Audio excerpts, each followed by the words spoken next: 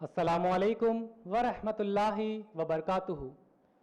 میں محمد عبدالرزاق اس پروگرام کا ناظم ہونے کی حیثیت سے آج بتاریخ 20 مئی 2019 14 رمضان 1440 ہجری کو شیخ اسلام مدنی حفیظ اللہ کا آج کے ہمارے اس پروگرام میں تہہ دل سے خیر مقدم کرتا ہوں۔ اب میں آپ کو الف اللسان اسلامک فاؤنڈیشن کا مختصر سا تعارف دینا چاہتا ہوں۔ الف اللسان اسلامک فاؤنڈیشن ایک دینی ادارہ ہے جن میں دینی بیانات، اصلاحی بیانات، دعویٰ ورکشاپس، لیگل اویئرنیس پروگرام، جمعہ خطبہ، اسلامک کاؤنسلنگ، میٹریمونیل کاؤنسلنگ وغیرہ شمار ہے، اور فلاحی کاموں میں ہر ٹیوزڈے ریشن ڈسٹریبیوشن کیا جاتا ہے، ہر Friday food distribution, government hospitals میں فوڈ ڈسٹریبیوشن، سرما کے موسم میں بلینکٹ ڈسٹریبیوشن وغیرہ شمار ہے۔ ہمارے ساتھ تا رمضان شیخ اسلام مدنی حفیظ اللہ موجود رہیں گے اور مختلف عنوانات پر خطاب کریں گے انشاءاللہ۔ اب میں مقرر شیخ اسلام مدنی کا مختصر سا تعارف آپ کو دینا چاہتا ہوں۔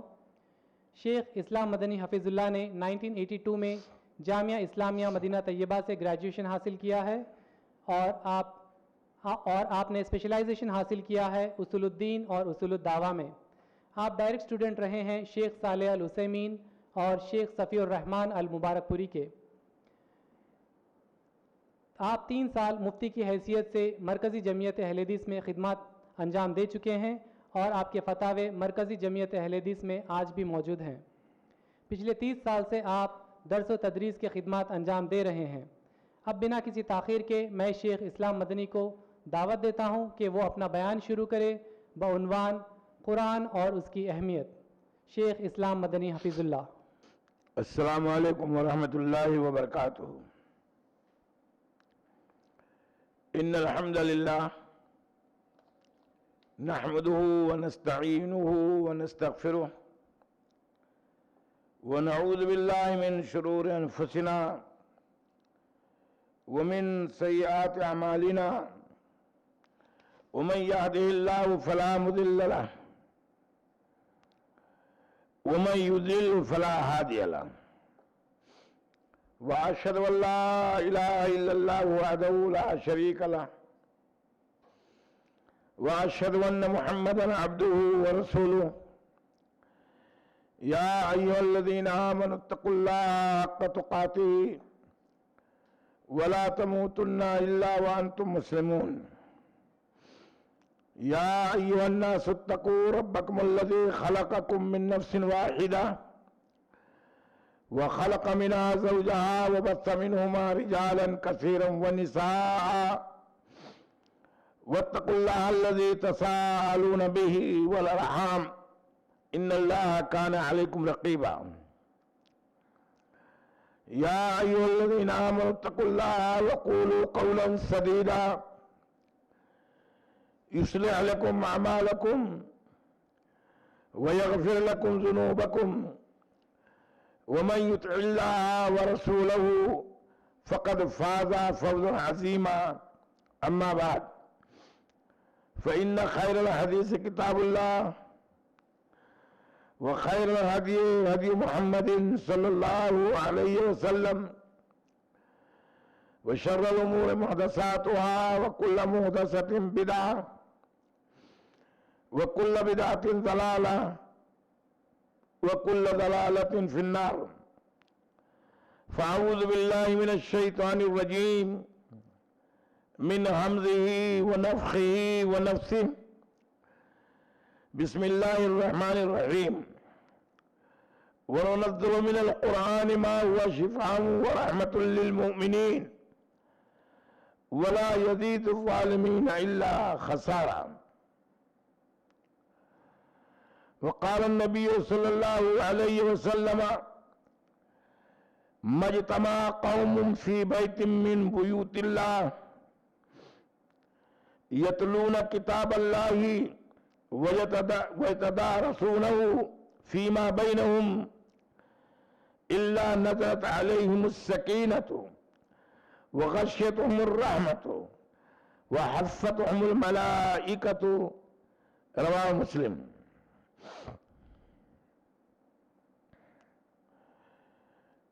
معزز ناظرین کرام، دینی و ملی بھائیوں، قابل قدر نوجوانوں، عزیز بچوں، اور پردہ نشین اسلامی ماں اور بہنوں،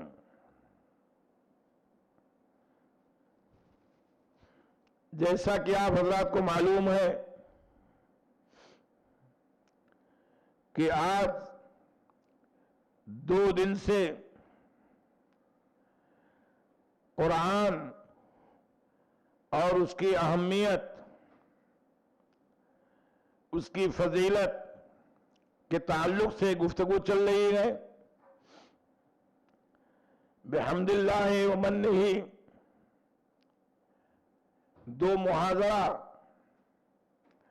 قرآن کے تعلق سے ہو چکا ہے، جس میں بہت ساری باتیں آپ ناظرین کرام کی خدمت میں اپنے علم کے مطابق کتاب و سنت سے پیش کر چکا ہوں۔ آج اگر اللہ رب العالمین کی توفیق ہوئی اور اس کی مشیت نے ساتھ دیا تو انشاءاللہ قرآن کی اہمیت اور قرآن کے بقیہ مسائل بہت ہی مختصر انداز میں پیش کرنے کی کوشش کروں گا، جبکہ یہ موضوع اپنے وسعت کے اعتبار سے بڑا اہم موضوع ہے۔ میرے بھائیوں، قرآن کی خصوصیات اور قرآن کی اہمیت کے تعلق سے یہ بات آپ کے سامنے آ چکی ہے کہ قرآن کا لہجہ اور اس کا طرز تخاطب بہت ہی آسان اور حفظ کے اعتبار سے بہت ہی سہل ہے۔ آج یہ میں آپ کو بتاؤں گا کہ قرآن میں کوئی تعارض، آیتوں میں باہم کوئی اختلاف یا ایک آیت دوسرے آیت کے تعلق سے کوئی اختلاف نہیں پایا جاتا ہے۔ قرآن پورا کا پورا تعارض اور تناقض سے پاک اور صاف ہے، بلکہ یوں کہیے کہ ایک آیت دوسری آیت کی تفسیر بیان کرتی ہے۔ اسی لیے بعض مفسرین نے اس موضوع پر مختلف تصنیف بھی کی ہے۔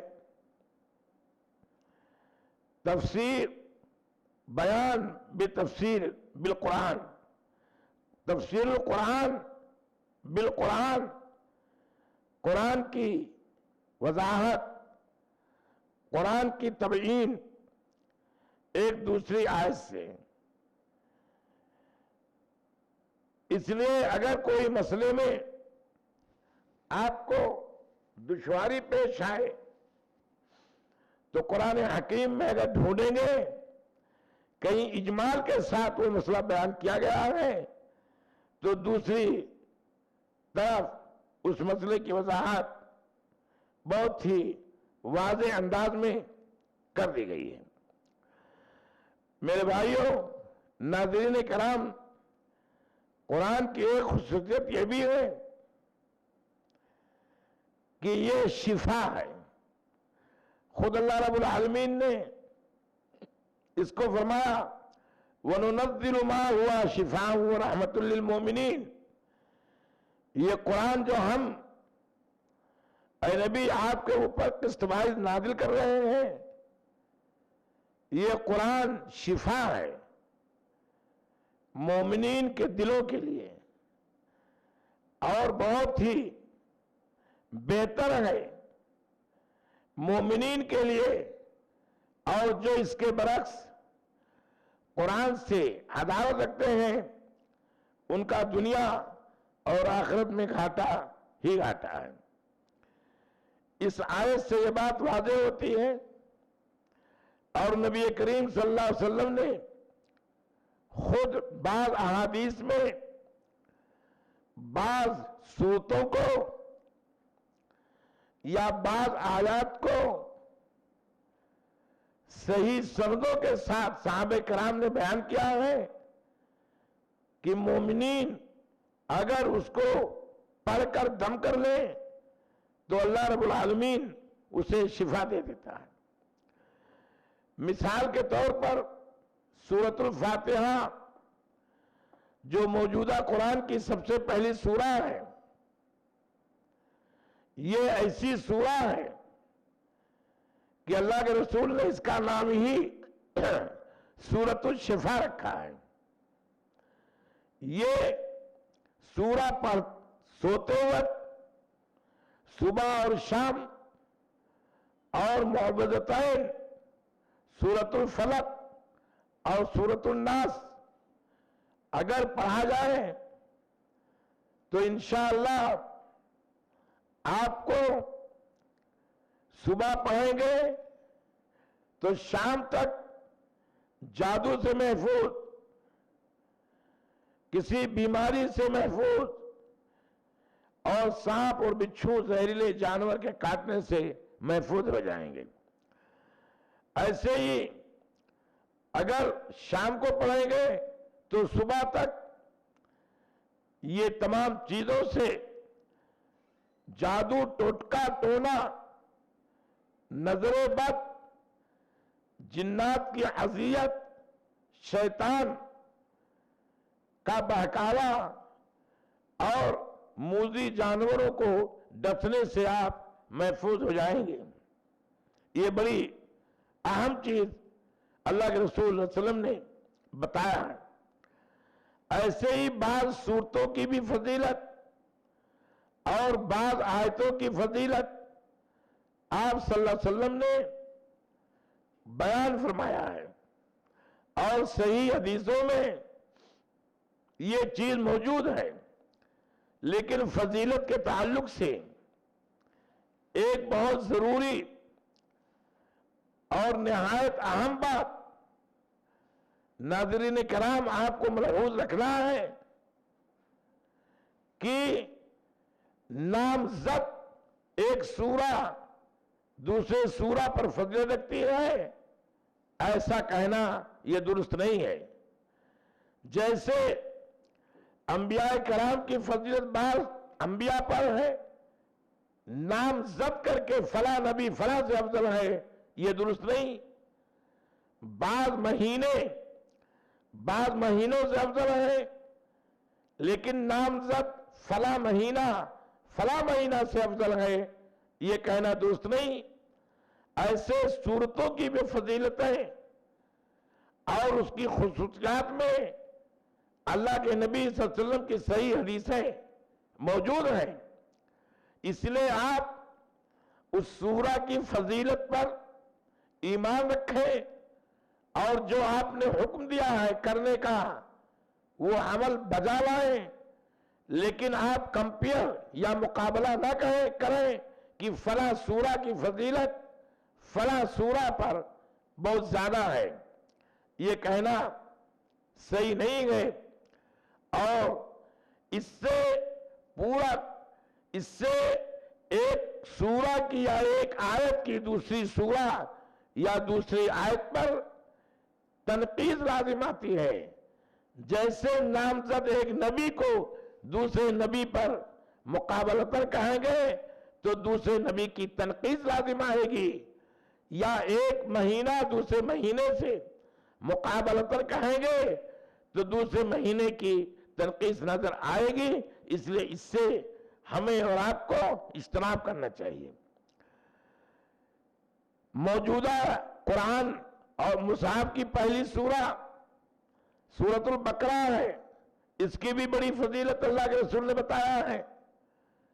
اور اس سورۃ البقرہ میں بعض آیتیں ہیں جو بڑی فضیلت کے حامل ہیں۔ اللہ کے رسول نے فرمایا کہ سورۃ البقرہ جس گھر میں پڑھی جاتی ہے اس گھر سے شیطان داخل نہیں ہونے پاتا ہے۔ اور اسی سورہ میں آیت الکرسی جو اللہ رب العالمین کی بڑی محبوب ترین آیت ہے یہ بھی موجود ہے۔ اور اس سورہ کے پڑھنے کا اہتمام ہمیں اور آپ کو کرنا چاہیے۔ جامع صحیح بخاری میں حضرت ابو ہریرہ رضی اللہ تعالی عنہ سے اس کے تعلق سے موجود ہے کہ جو یہ سورہ پڑھے، یہ آیت پڑھے اور کسی چیز پر دم کر دے، وہ چوری نہیں ہو سکتی ہے، لیکن ایمان ہونا چاہیے۔ اور اسی سورہ میں آخری سورہ کی 2 آیتیں جو ہیں وہ بڑی اہمیت کی حامل ہیں۔ اور یہ 2 آیتیں اللہ رب العالمین نے اسراء اور معراج کے وقت نبی کریم صلی اللہ علیہ وسلم کو جہاں نماز توڑ کے تحفے کی شکل میں دیا تھا، وہیں یہ سورہ بقرہ کی آخری 2 آیتیں آمن الرسول بما انزل الیہ من ربہ والمؤمنون، یہ پوری یہاں سے لے کر آخر سورہ تک یہ بھی اللہ رب العالمین نے نبی کریم صلی اللہ علیہ وسلم کو خصوصیت کے ساتھ دیا تھا۔ اور ایسے اور بھی صورتیں ہیں۔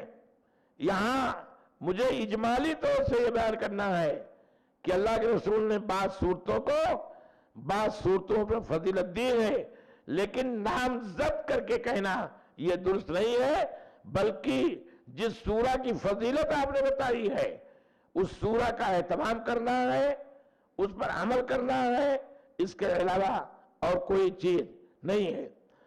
میرے بھائیوں، ناظرین کرام، جو نبی کی ایک حدیث صحیح مسلم کے حوالے سے خطبہ مسنونہ کے بعد میں نے پڑھی ہے، اس میں اللہ رب العالمین نے یہ فرمایا ہے کہ اللہ کے گھروں میں سے کسی گھر میں، مساجد میں سے کسی مسجد میں کچھ افراد جمع ہوتے ہیں، اللہ کی کتاب پڑھی جاتی ہے، اللہ رب العالمین کی کتاب کا مدارسہ اور درس و تدریس کا کام ہوتا ہے، ایسی کوئی جگہ نہیں ہے مگر وہاں اللہ رب العالمین سکینہ نازل فرماتا ہے اور اللہ کی رحمت اس محفل کو گھیر لیتی ہے، رحمت کا نزول ہوتا ہے اور ملائکہ اس محفل کو گھیر لیتے ہیں۔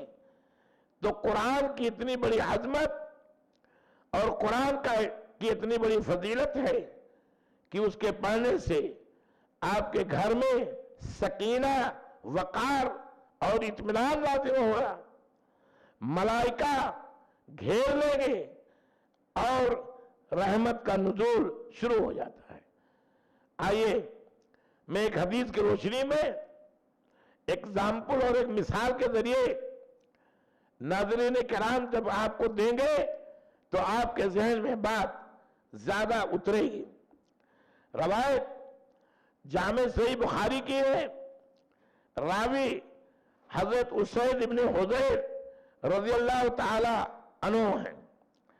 کہتے ہیں ایک رات میں سورۃ الکہف کی تلاوت کر رہا تھا، میرا بچہ میرے پاس سویا ہوا تھا اور میرا گھوڑا جو میں جہاد میں استعمال کرتا تھا، اللہ اکبر، کیا صحابہ کرام تھے، اطمینان کے لیے کب کس وقت کون سی چیز آ جائے کام میں اپنا اسلحہ، اپنی چیز اپنے ساتھ رکھتے تھے۔ کہتے ہیں گھوڑا موجود تھا اور میں اٹھ کر رات کی تنہائی میں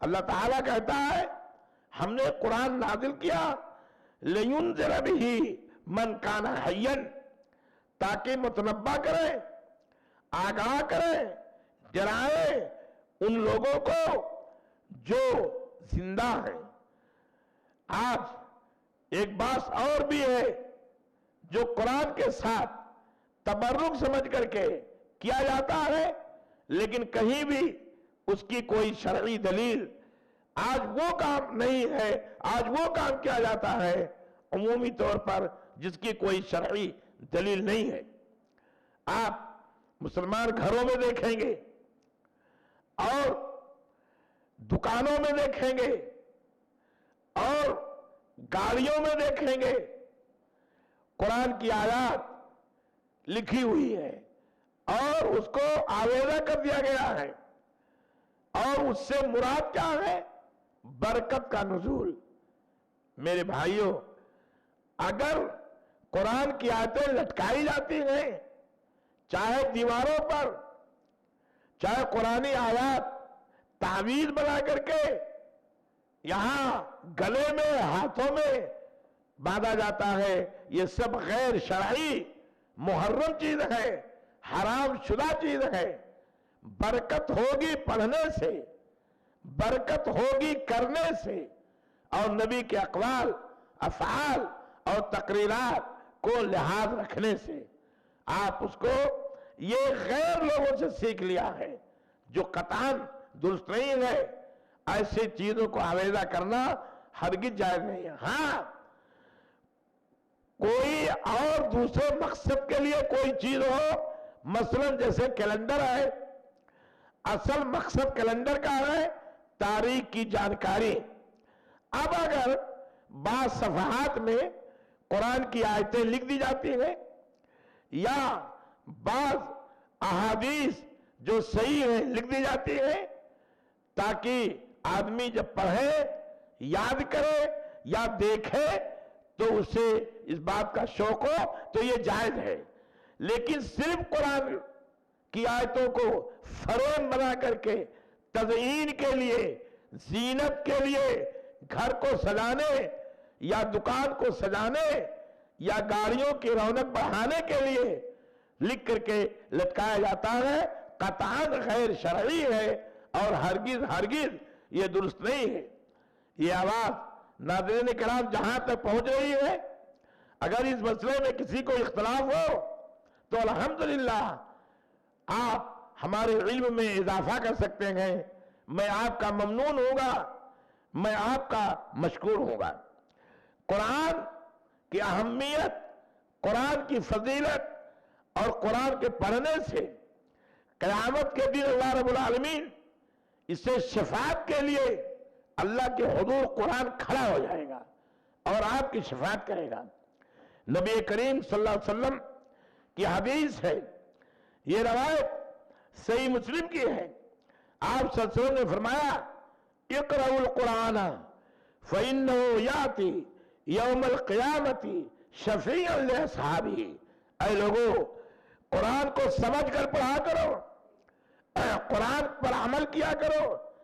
یہ صرف ریڈنگ کی بات نہیں ہے کہ صرف ریڈنگ کرو، قرآن سمجھ کر پڑھو اور اس کے مطابق عمل کرو، تو یہ قرآن کل قیامت کے دن اس پڑھنے والے کے لیے، عمل کرنے والے کے لیے اور اس کے سمجھنے کے والے کے لیے قرآن قیامت کے دن اللہ کے حضور کھڑا ہو کر اس آدمی کی شفاعت کرے گا۔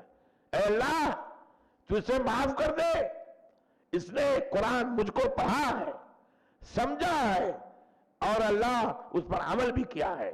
قرآن اس لیے آیا تھا، قرآن اس لیے آیا ہے کہ دل کی گندگیوں کو پاک صاف کیا جائے، اس میں شرک کی غلاظتیں، بدعات کے کیڑے اور بدعات کے جراثیم نہ لگنے پائے۔ قرآن جب پڑھو گے تو شرک کی غلاظتوں سے آپ کا دل پاک ہو جائے گا، بدعتوں سے آپ دور ہو جائیں گے، غیر شرعی کاموں سے آپ پاک صاف رہیں گے۔ مروج معاشرہ میں بہت سارے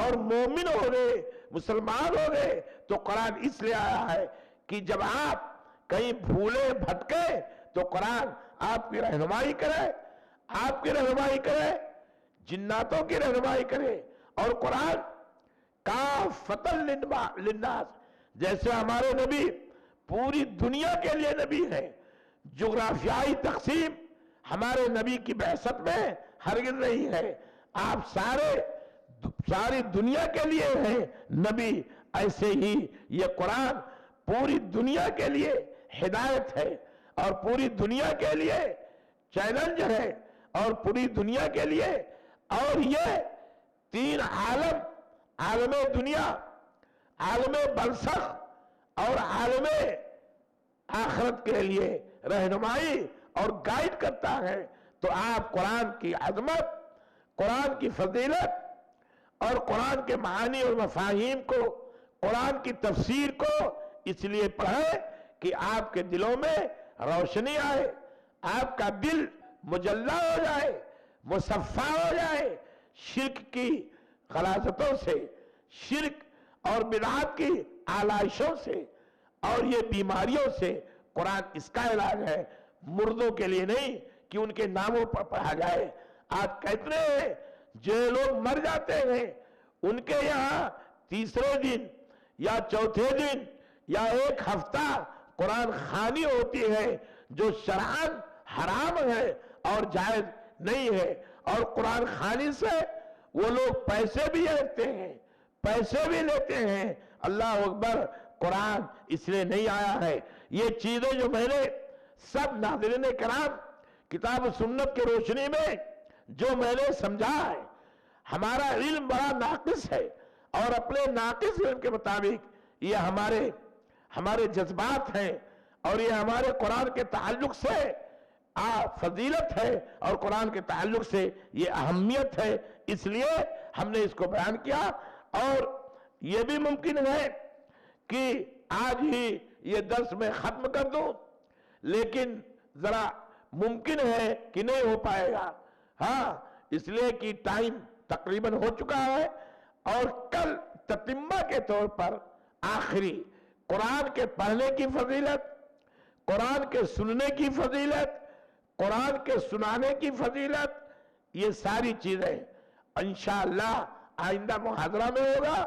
اور ناظرین کرام، آپ ہمارے ساتھ ہر دن رمضان مبارک تک 5:30 سے لے کر کے افطار کے وقت تک رہیں اور فائدہ اٹھائیں، اور ہمیں آپ اپنی باتوں سے، اپنے علوم سے، اپنی معارف سے ہمیں آگاہ کریں تاکہ میں بھی آپ کے علم سے فائدہ اٹھاؤں۔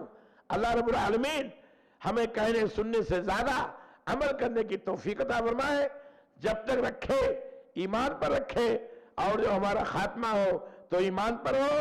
انشاءاللہ کل کا درس باقی رہ گیا ہے، انشاءاللہ کل کا درس ہوگا، اور اس کے بعد میں پھر اور دوسرے موضوع ہیں جو الرحیق المختوم کی کتاب سے ہے، ایسے کتاب التوحید سے موضوع ہے، تو الرحیق المختوم کتاب سے کچھ باتیں غزوات کے تعلق سے بھی آئیں گی، اور اس کے بعد میں اسلام اور دہشت گردی کے تعلق سے بھی انشاءاللہ گفتگو کی جائے گی، اسلام اور خلافت کے تعلق سے بھی انشاءاللہ اپنے علم کے مطابق گفتگو کریں گے۔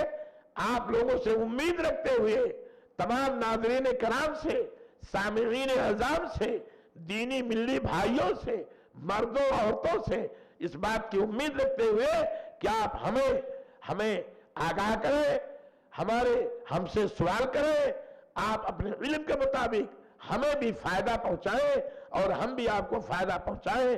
یہی مومن کی زندگی کا تقاضا ہے۔ اللہ رب العالمین جب تک رکھے ایمان پر، جب خاتمہ ہو تو ایمان پر ہو۔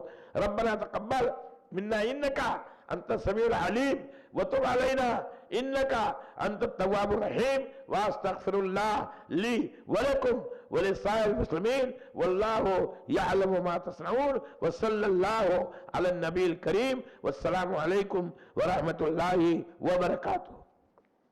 جزاک اللہ خیر۔ تو یہ تھے شیخ اسلام مدنی حفظ اللہ جو بیان کر رہے تھے قرآن اور اس کی اہمیت پر۔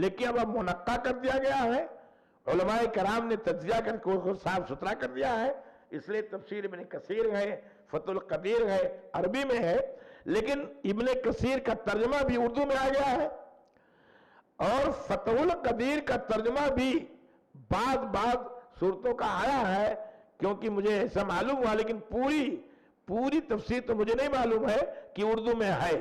تو یہ تفسیریں پڑھنے سے انشاءاللہ جو اہل سنہ والجماعت کی تفسیریں ہیں اس کو پڑھنے سے آپ کو فائدہ ہوگا، آپ علوم سے آپ وابستہ ہو جائیں گے اور صحیح باتوں کی جانکاری آپ کے اندر رہے گی۔ اور موجودہ زمانے میں بھی اردو میں بڑی ساری تفسیریں بحمداللہ آئی ہیں، اور یہ جدید دور کی سائنٹیفک اور یہ سائنسی دور کی بہت ساری چیزوں کو اس میں ملا کر کے کیا ہے۔ ان تفسیروں کو جو اہل علم ہیں وہ پڑھیں، جو اہل علم جو جانکار لوگ ہیں ان کا فائدہ ہو سکتا ہے، اس کو پڑھ کر کے لوگوں کو فائدہ پہنچا سکتے ہیں، افادہ کا کام کر سکتے ہیں، لیکن ان لوگوں کو پڑھنے کی ضرورت نہیں ہے۔ سادہ تفسیریں جو صریح ہو، فتح القدیر عربی میں اس کا ترجمہ ابن کثیر ہے، ترجمہ القرآن ہے، اور تیسیر القرآن ہے، ہاں، اور ایک ہمارے بہار کے مولانا لقمان صاحب کی ایک ہے، یہ سب اردو میں تفسیریں ہیں۔ ان کو پڑھیں گے تو انشاءاللہ آپ کو زیادہ فائدہ ہوگا، اور آپ اہل سنہ والجماعت کی رائے ہی کو ان لوگوں نے ترجیح دیا ہے اور اسی کو راجح قرار دیا ہے، اس لیے ایسی تفسیروں کو پڑھنے سے آپ کا فائدہ ہوگا انشاءاللہ۔ جزاک اللہ خیر۔ اگلا سوال خواتین کی جانب سے لیا جائے گا۔ خواتین کی جانب سے ایک سوال ہے، کیا قرآن کو سمجھنے کے لیے حدیث کی ضرورت ہے؟ الحمدللہ، بڑا اچھا سوال ہے، اللہ تعالیٰ جزائے خیر دے۔ قرآن کی تفسیر حدیث ہے۔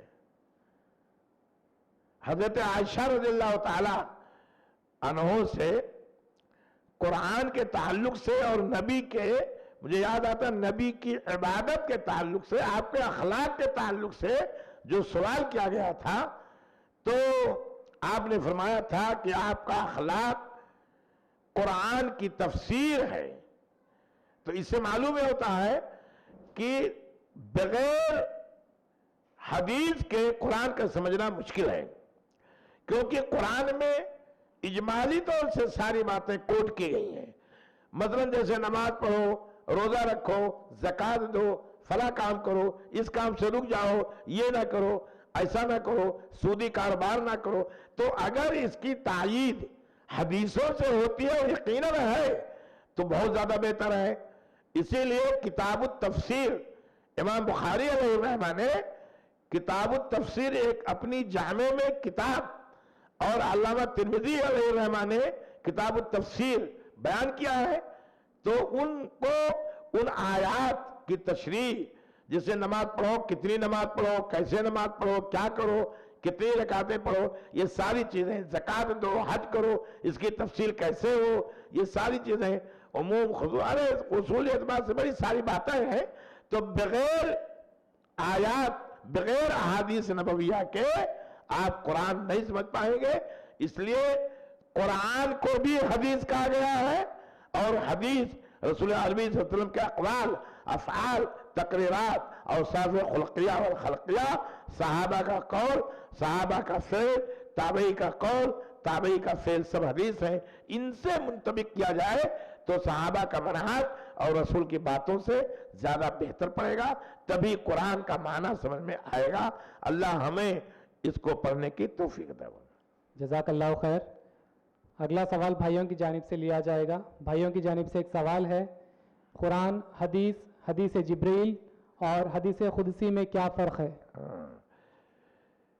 جزاکم اللہ، سوال بڑا اچھا ہے کہ قرآن اور حدیث قدسی، یہی ہے نا؟ قرآن، حدیث، حدیث جبریل اور حدیث قدسی۔ ارے بھائی، وہ حدیث میں قرآن اور حدیث اور حدیث جبریل اور حدیث قدسی۔ حدیث جبریل تو بخاری کی پہلی روایت ہے، بہت مشہور ہے، مل ایمان ومل احسان، ہاں، وما امارت الساعہ، وہ پوری روایت ہے۔ اور حدیث تو وہی نبی کریم صلی اللہ علیہ وسلم کے اقوال جو ابھی میں نے کہا، اور قرآن کو سمجھنے کے لیے اصل میں جو محدثین مصطلحین نے کہا ہے قرآن اور حدیث قدسی میں کیا فرق ہے، اصل سوال یہ ہے قرآن اور حدیث قدسی، کیونکہ حدیث قدسی ہوتی ہے ان فیما یروی عن النبی یروی عن اللہ، اللہ کے نبی روایت کرتے ہیں اللہ رب العالمین سے، وہ حدیث قدسی ہے۔ ایک تو یہ ہے کہ کسی صحابی نے کہا کہ اللہ کے رسول نے فرمایا، اور پھر اللہ کے رسول کہتے ہیں اور کہ میں اللہ سے روایت کرتا ہوں، یا وہ راوی کہتا ہے کہ نبی نے اللہ سے روایت کی ہے، تو یہ حدیث قدسی ہے۔ جس کا انتساب اللہ کی طرف کی جائے وہ حدیث قدسی ہے، اور یہ قرآن ہے۔ تو قرآن اور حدیث قدسی میں فرق یہ ہے کہ قرآن یہ وحی مطلوع ہے، یعنی حضرت جبریل نے آ کر کے لفظاً لفظاً حرفاً حرفاً نبی کریم صلی اللہ علیہ وسلم کو پڑھایا ہے، یہ قرآن اتارا ہے آپ کے قلب پر۔ اور حدیث یہ غیر وحی مطلوع ہے، یعنی یہ آپ کے اوپر تلاوت نہیں کی گئی ہے، آپ نے اس کے معنی کو اور اللہ کے حکم سے اس کو اخذ کیا ہے۔ باتیں الفاظ یہ اللہ کے نبی کی ہے تعبیر، لیکن باتیں قرآن کی ہے، اللہ کی باتیں ہیں۔ تو یہ حدیث قدسی یہ غیر مطلوع ہے، یعنی حضرت جبریل نے آ کر کے حرفاً حرفاً نہیں پڑھایا ہے بنسبت قرآن کے۔ قرآن تو قلب اطہر پر حرفاً حرفاً نازل کیا گیا ہے، یہ قرآن ہے۔ اور حدیث قدسی یہ غیر مطلوع ہے، لیکن وہ بات صحیح ہے، اور نبی نے جو روایت کی ہے اللہ سے تاکہ اس کی اہمیت کو بڑھا دے، یہ فرق ہے۔ اور اس کے علاوہ اور کیا کہا جا سکتا؟ جزاک اللہ خیر۔ اگلا سوال بھائیوں کی جانب سے ہے، قرآن کی کتنی آیتیں منسوخ ہوئی ہیں اور اس کی کیا وجہ ہے؟ شاہ ولی اللہ محدث دہلوی علیہ الرحمہ نے قرآن کی منسوخ کی 14 آیتوں کا ذکر کیا ہے، اور ایسے ہی حافظ ابن کثیر نے اتقان میں بھی ذکر کیا ہے کچھ آیتوں کے منسوخ ہونے کی، اور اس کی دلیل دی ہے۔ اب وہ ساری 14 یا 15 آیتیں وہ مجھے تو یاد نہیں ہے، دیکھ کر کے انشاءاللہ اس کو بتا دیں گے، لیکن قرآن کی بعض آیتیں منسوخ ہیں۔ مثلا میں ایک بات بتاتا ہوں دلیل کے طور پر، کہ جیسے آیت الرجم ہے، آیت الرجم قرآن کی تلاوت میں پہلے تھی لیکن منسوخ کر دیا گیا، تو تلاوتاً اس کا حکم منسوخ ہو گیا۔ رجم کہتے ہیں ایسے زانی یا زانیہ جو شادی شدہ ہو پتھر سے مار کر ہلاک کیا جائے گا، تو یہ چیزیں قرآن میں تلاوتاً منسوخ ہے، لیکن ہاں وہ جائز ہے عملاً حدیث سے، حدیث میں ہے تو حدیث کی وجہ سے، اور بہت جامع صحیح بخاری کی روایتیں ہیں ان کو رجم کیا گیا۔ تو ایسے اور بھی آیتیں ہیں کہ حدیث سے منسوخ کی گئی ہیں، اور کچھ آیتیں قرآن ہی سے منسوخ کر دی گئی ہیں، کچھ آیتیں آیتوں سے اور کچھ آیتیں قرآن سے، ہاں یہ منسوخ کر دی گئی ہیں، یہ ہے صحیح۔ جیسے رمضان المبارک کے روزے میں پہلے آیت تھی کہ اگر کوئی روزہ نہ رکھنا چاہے تو فدیہ دے دیا کرے، لیکن یہ آیت منسوخ ہو گئی ہے۔ من شہد منکم الشہر، تو یہ مثالیں دے دیا ہے جو فی الحال مستحضر تھا۔ اب کتنی آیتیں ہیں، اس کی دلیلیں کیا ہیں، اور منسوخ اس لیے کی گئی کہ اس سے بہتر حکم آیا ہے اور اس میں امت کی سہولت ہے، اس لیے پہلا حکم اس میں تشدد تھا، اس میں کچھ امت میں پریشانی تھی، تو اس کو منسوخ کر کے اللہ نے، کیونکہ جو بھی آیتیں یا جو بھی حدیثیں منسوخ کی جاتی ہیں تو اس میں اس پہلو کو لحاظ رکھا جاتا ہے کہ یہ نبی کی امت اس کو کر لے گی یا نہیں کر پائے گی، کر لے گی تو اسے راجع قرار دے دیا جاتا ہے، اور پچھلے حکم کو منسوخ کر دیا جاتا ہے. جب تاریخ معلوم ہو تب. نسخ کا معاملہ تاریخ سے وابستہ ہے.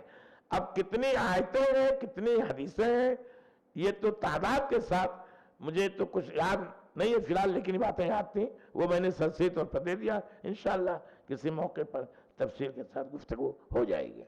جزاک اللہ خیر. ایک آخری سوال بھائیوں کی جانب سے لیا جائے گا. سوال یہ ہے کہ آپ نے اپنے بیان میں کہا کہ عربی زبان میں مہارت حاصل کرنی چاہیے, تو ایک عام مسلمان کو عربی زبان میں مہارت حاصل کرنے کے لیے کیا کرنا چاہیے؟ کیا جمعیت اہل حدیث کی جانب سے کوئی ایسا انتظام ہے جہاں پہ ہر مسلمان عربی زبان مفت میں سیکھ سکتا ہے؟ الحمدللہ رب العالمین. بہت بہترین سوال ہے. ہمارے بر صغیر کے ہند و پاک کے پرانے اسلاف علماء اہل حدیث نے عربی زبان میں مہارت پیدا کرنے کے لیے جگہ جگہ مدارس کا اہتمام کیا ہے, جامعات کا اہتمام کیا ہے, جہاں مفت میں تعلیم بھی دی جاتی ہے اور فیس کے ساتھ بھی تعلیم دی جاتی ہے, جہاں 12 سال عمر کو کھپایا جاتا ہے, عربی کے نشیب و فراز, عربی ادب کے اسرار و رموز معلوم کیے جاتے ہیں, اور اس میں فنی کتابیں بھی پڑھائی جاتی ہیں, جیسے البلاغہ ہے, علم المعانی ہے, علم بدیع ہے, اور تاریخ الادب العربی ہے, یا اور بھی چیزیں, نحو صرف کے گرامر بھی پڑھائے جاتے ہیں تاکہ عربی زبان میں مہارت ہو جائے. یہ میں نہیں کہتا کہ ہر آدمی کے لیے واجب ہے, ترجمے سے بھی اپنی زندگی وہ سنبھال سکتا ہے, لیکن ڈر لگے کہ کہیں گرے نہ گڈھے میں کہ پھر دوبارہ نہ اٹھ سکے, اس لیے عربی زبان کی مہارت میں کہتا ہوں. اور الحمدللہ آج اسی ہمارے جامعات کا ثمرہ ہے. بر صغیر ہند و پاک میں آزادی سے پہلے ہماری جماعت اہل حدیث کا ایک نایاب مدرسہ دارالحدیث الرحمانیہ میاں عطا اللہ صاحب نے اپنے پیسے سے اس جامعہ کی بنیاد رکھی تھی. زکوٰۃ کا 1 پیسہ نہیں جاتا تھا, اور طلبہ کا سارا اہتمام خود وہ کرتے تھے. اپنے نجی حلال کئی فیکٹریاں انہوں نے جماعت کو دے دیا تھا, اور اسی سے طلبہ کی تربیت ہوتی تھی, اور وہاں کے فارغین ہر طالب ایک مدرسہ ہوتا تھا. الحمدللہ ہماری جامعہ رحمانیہ کے بہت سارے رحمانی اساتذہ تو چلے گئے.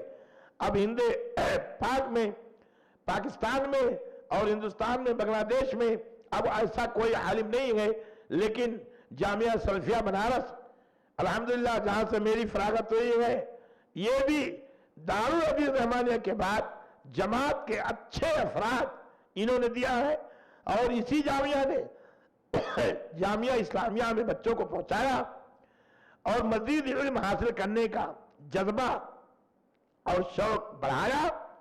اور الحمدللہ آج انہی علماء کی وجہ سے پورے ہندوستان بر صغیر میں, چاہے پاکستان ہو چاہے بنگلہ دیش ہو, آج صحابہ کا منہج چل رہا ہے الحمدللہ, اور صحیح تعبیر دین کی لوگوں تک ان تک پہنچ رہی ہے, اور اس کا طریقہ کار ہے. اگرچہ اب دینی تعلیم کی طرف سے لوگوں کو رجحان تھوڑا ہٹ رہا ہے, اللہ پھر سے قائم کر دے تو ہماری جماعت کی بہت ساری قربانیاں ہیں الحمدللہ, اس کو میں کہہ سکتا ہوں.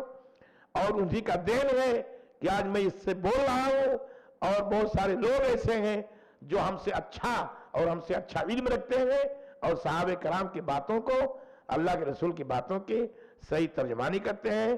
اور جو بھی فتنے اٹھتے ہیں قرآن و سنت کے مسائل میں الحمدللہ ہماری جماعت ڈٹ کر مقابلہ کرتی ہے.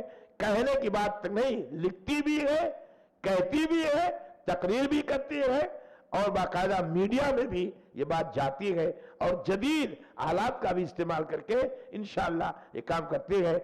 ہمیں فخر کی بات نہیں ہے, ہمیں دعا ہے اور اطمینان اور ہے, اور امتنان اللہ رب العالمین کا شکر گزار کرتے ہیں کہ اللہ رب العالمین ہمیں ایسے ہی قائم رکھے اور دین کا کام لیتا ہے.